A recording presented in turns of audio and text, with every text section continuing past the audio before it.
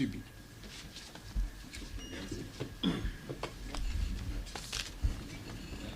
Bravo aussi, oui.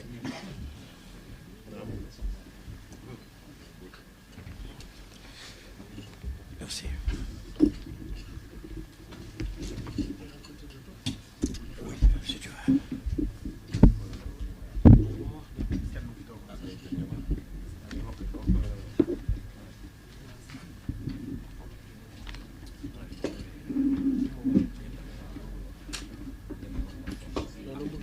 Évidemment, je ne serai pas long parce que tout a été dit et bien dit. damay wax rek tuuti ci wolof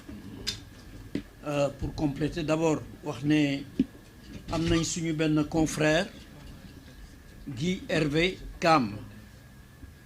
boo xam ne bii moom dafa mës a nekk ci suñu wet. C'est un avocat burkinabé actuellement dafa nekk en prison depuis 2 ans ci dëkkam parce que moom day xeex pour les droits politiques et les droits humains, mais il a toujours été présent tant qu'il était en liberté ici à nos côtés. Li ma bëgg a wax rek ci olof ci lu gàtt mooy révision bi dafay tax ñu mën a li ñuy wax baatrewaat carte yi pour que Cour suprême bu fekkee ni déclaré na recevable comme ni ñu ko waxee action bi dafay tax ñu revenir ci li xewoon li nga xam moom la ñu àtte woon nu muy demee ñëpp fàttaliku nañu ni Ousmane Sonko comme ni ko Ciré Clédor waxee léegi lu ne daj na ko pour mun a ñëw tribunal pour comparaître ci affaire Mame Mbaye Niang parce que fàttaliku ngeen amoon na sax ay témoins yoo xam Birahim Seck ci la bokk mais kenn entendre leen tellement juge yi dañuy yàkkamti woon àtte pour condamner Ousmane Sonko parce que affaire bi c'était une commande politique comme ni ñu ko waxee commande politique boo xam ne leen rek benn objectif la amoon mooy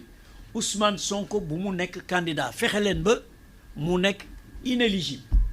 mu bañ a bokk ci présidentielle bi ñoom loolu rek la woon parce que dafa mel ni même takk ndeeru Ousmane Sonko dañ ko ragaloon donc bëgguñu woon mu bokk ci élection bi loolu moo doon seen objectif loolu moo waral juge yi bi ñu fexee ba d'abord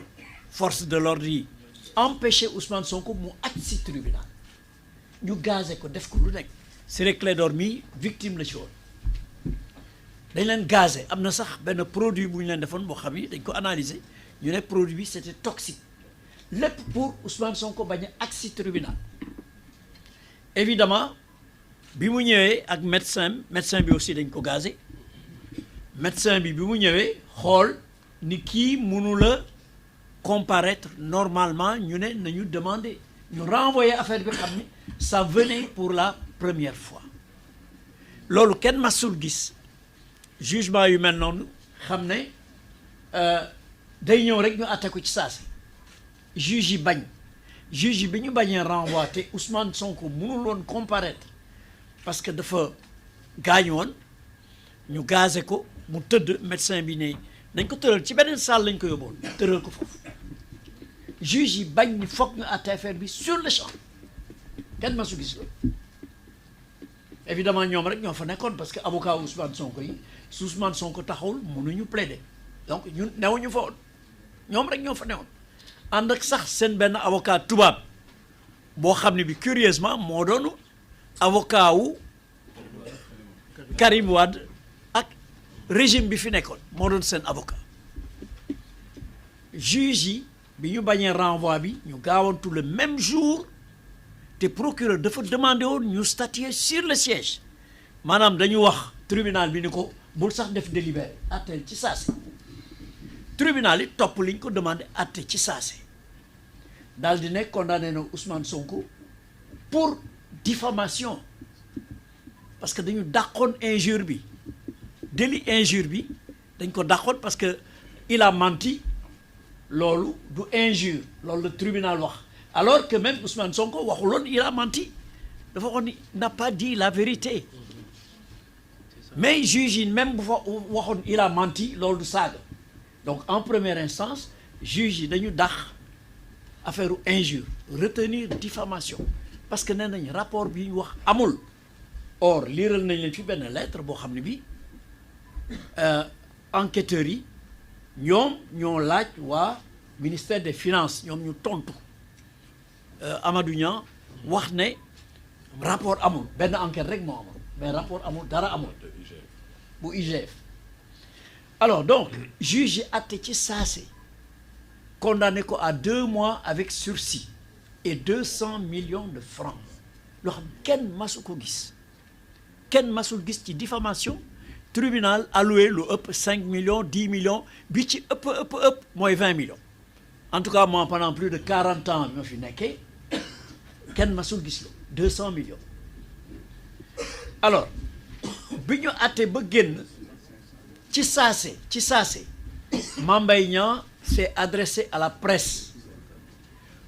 sant justice bi sant presse sant justice bi rendre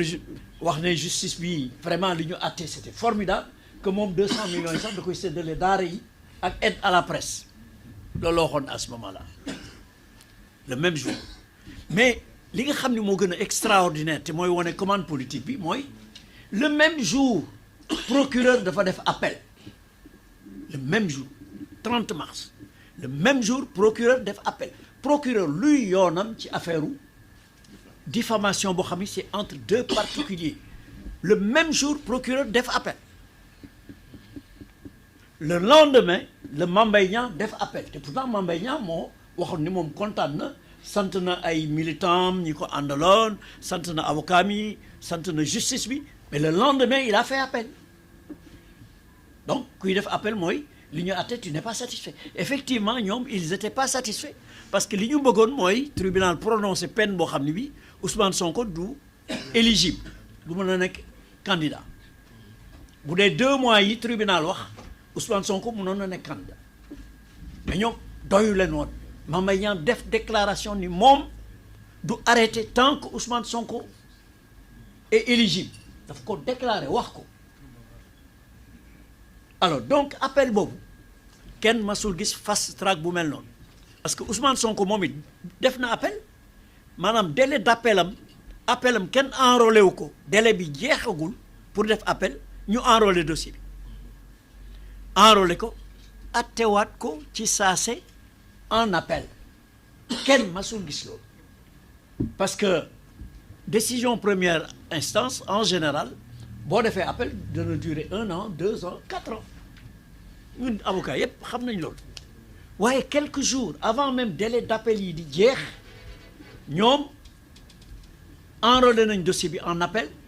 ba war ko attewaat évidemment bi ñu ko attewaatee li ñu bëggoon te procureur ñaan ko mooy nañu condamné Ousmane Sonko peine boo xam ne bii du mën a nekk électeur du mën a nekk candidat ci la ñu yokkee def ko 4 mois au lieu de 2 mois avec sursis ñu def ko 6 mois avec sursis loolu moo taxoon Ousmane Sonko ñu ne mënta nekk candidat donc cabale politique boobu cette commande politique là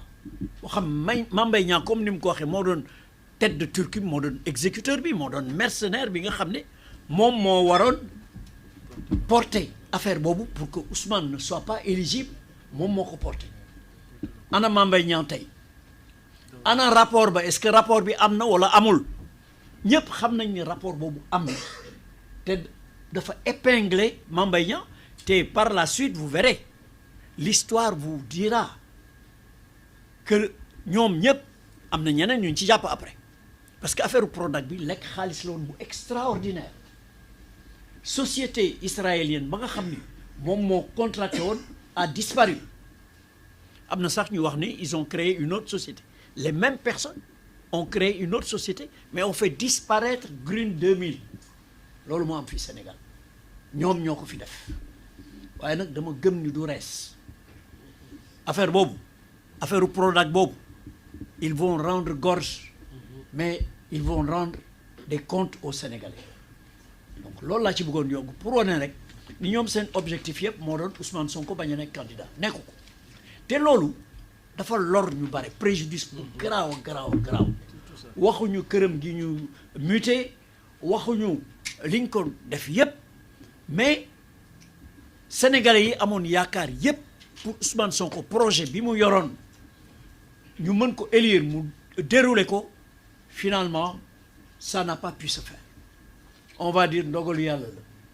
mais ndogalu yàlla dafa ko jaarale ci ay nit mais il faut qu'on lui rende justice il faut ñu attewaat affaire boobu ba mu leer ñu xam ne diffamé wuloon kenn parce que rapport bi am na saagawuloon kenn parce que quand tu dis il n'a pas dit la vérité tu n'as insulté personne donc voilà li nga xam ne moom moo ci amoon donc procédure de révision bi jotewul dara ak affaire éligibilité Ousmane Sonko donc loolu il faut wax nañ ko waxaat ko Ousmane Sonko est éligible il a été élu député il a dirigé une liste il a été élu loolu moom mi ngi suñ ginnaaw kenn waxatu ko mais il faut qu'on lui rende justice ñu raxas deram ba mu set ñu prouver que ni affaire bi commande politique la woon loolu moo taxoon te ñi ko exécuter aussi ils sont blâmables parce que corps bu nekk am na ñu baax am na ñoo xam baaxuñu te corps justice mucc ci ñun ñëpp xam nañ ni lii c'était tellement flagrant que ñun avocats yi daf ñu jaaxaloon on n'a jamais vu ça effectivement c'était une commande politique qui a été exécutée par des magistrats et donc la justice a été asservie s'est mis au service des politiques et voilà pourquoi aujourd'hui loolu am donc ñu ngi leen di sant di leen gërëm ci seen teewaay on a noté vraiment c'est impressionnant on a vu qu'il y a plus d'une quarantaine j'ai essayé de compter plus d'une quarantaine de caméras vraiment on vous félicite mais c'est un point de presse et donc il n'y a pas de questions prévues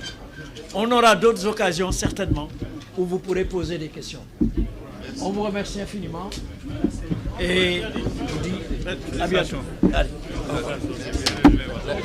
On a essayé. Merci. Makodou, c'est ton sac. Oui, c'est le mien. Faut pas l'oublier. Tu nous as lâché là. Oh, je ne vous ai pas lâché.